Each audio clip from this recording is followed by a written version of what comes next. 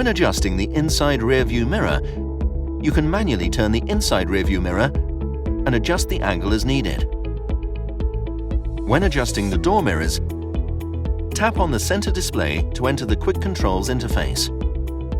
Tap the Door Mirrors button to enable the door mirrors adjustment. You can choose to adjust the left or the right door mirror, and then make the adjustment by pressing the arrow buttons on the right-hand side of the steering wheel. When setting the seat memory, a window will appear in the top right of the center display.